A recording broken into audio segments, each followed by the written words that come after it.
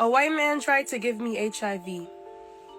So you can imagine how it hurt my soul when I saw that Russian man who went across Africa having unprotected sex with women, underprivileged women, who thought that he would give them a better life, but all he gave them was HIV. Oh, you know what? I think she's referring to that story that went viral maybe a month or so ago, where there was that pickup artist who was doing basically sex tourism around Asia, Africa. I heard reports that he might have HIV, but I don't know if that was ever confirmed. But basically, that's the story that she's referring to. And it makes me feel so sad because me living in America, I had access to healthcare.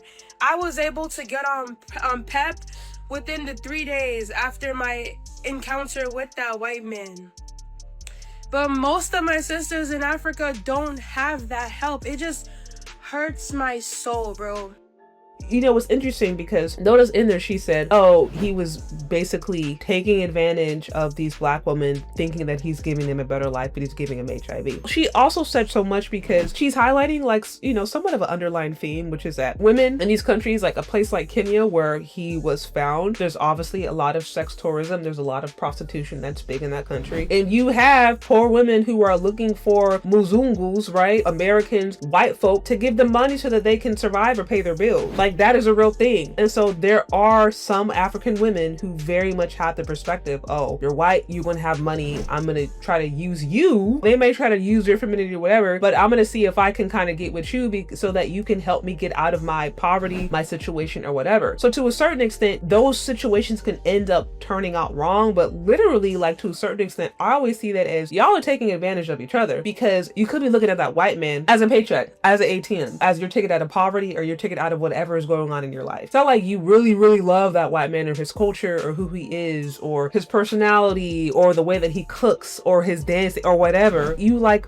white status, white dollars, not necessarily white culture or white men. So to a certain extent, you have desperate women who are looking for somebody to take advantage of, but unfortunately, a lot of these women end up being taken advantage of. So, you know, it's a kind of catch-22, because yes, they can be victimized, but also at the same time, it's like if you're looking at somebody as a paycheck, if you're playing the game, sometimes you get played. It's really unfortunate, but it does happen. Men are so fucking evil. Like, and thinking about how when I was going through my situation, I was ready to off myself.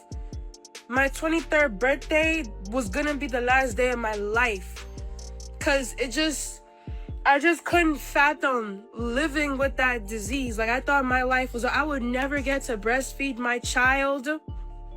I'd have to be on medicine for the rest of my life. Like, he tried to take everything from me, and it is by the grace of my wherewithal, my intuition, having access to medicine. And I thought she was gonna say it was by the grace of God. She sat there and said it was by the grace of me. I'm like, you better give glory to God.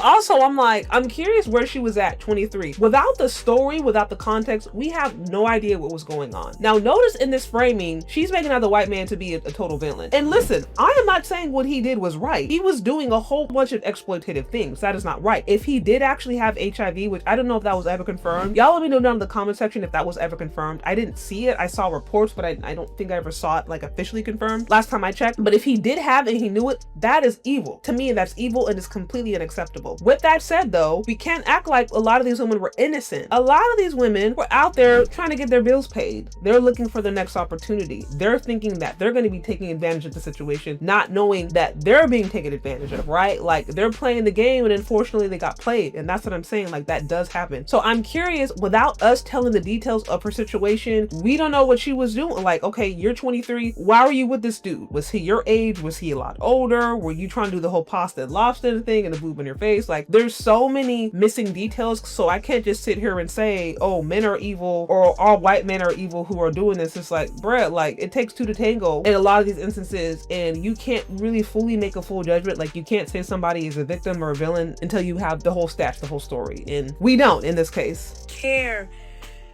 It just hurts my soul. And it reminds me of ghetto gaggers too. White men go to these underprivileged areas to sexually prey on and exploit black women.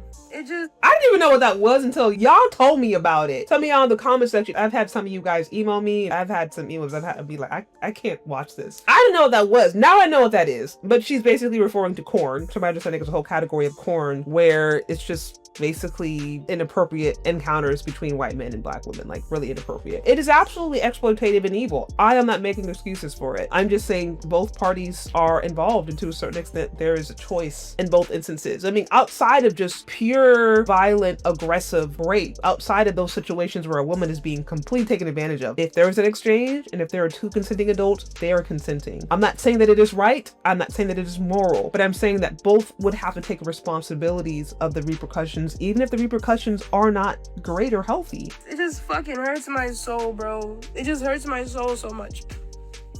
And some of us have such low self-esteem. I will admit, I was there too, because, you know, I laid with one of the enemy, and I almost lost my life because of that. But it's just damn. I'm not even gonna go into low racial self-esteem, because that has nothing to do with it. It's about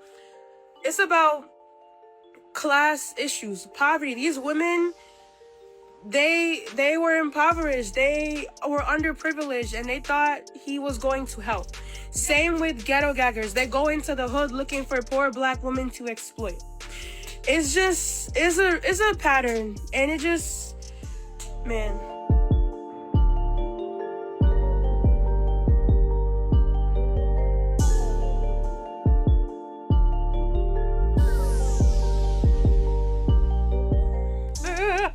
Okay, she admitted a little bit that she was on some self-hating stuff. God forbid she was following one of those nasty divested channels where all they're doing is praising white men and promoting white supremacy and denigrating black men, and she went and divested, escaped Blackistan, and ended up getting HIV. Like, God forbid that's what happened, but I wouldn't be surprised, because some women end up doing that stuff. Yeah, self-hatred is never good. She's absolutely right. Obviously, there is a definite connection between prostitution, sexual exploitation, and poverty. That goes without saying. People are evil. People will take advantage of each other. When people are in desperate situations, they will do desperate things. At the end of the day, I do encourage women, especially black women, impoverished black women who find themselves in lower socioeconomic positions, please do not get in the position of trying to seeing a white man as your ticket out of your misery, your poverty. White men are not meant to save you. They're not meant to save you. The only one who can save you is Christ. Okay, he's the one who said he wants to save you. Men aren't supposed to do it. These brads out here that giving you HIV, these brads out here, they are not supposed to be your savior. Anytime these ladies look to these white dudes as their white Jesus, it